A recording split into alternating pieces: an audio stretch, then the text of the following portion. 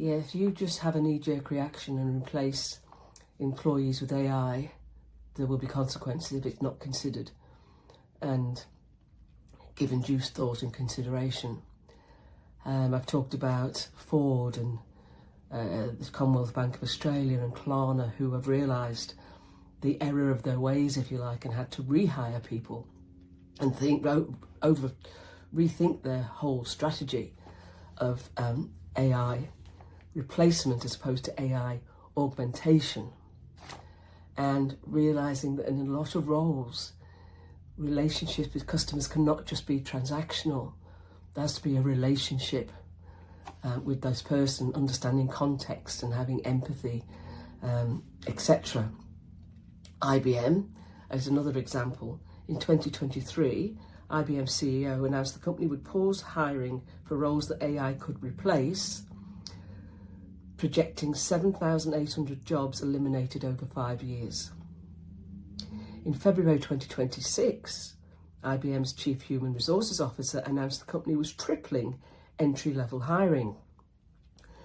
The distance between those two statements is a masterclass in what happens when the AI replacement thesis meets operational reality. And what IBM realised was a couple of things. One, that the things I've talked about, that you can't just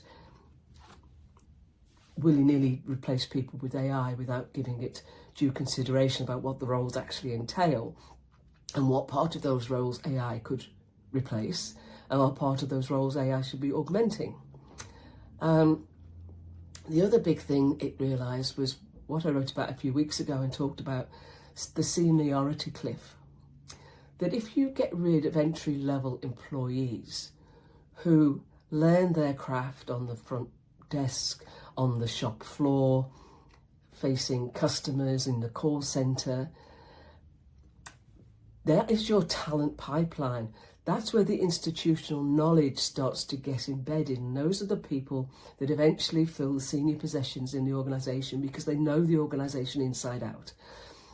They can spot changes in subtle changes in customer behaviour that AI might not, through its data and patterns, and it can challenge the decisions that AI is making.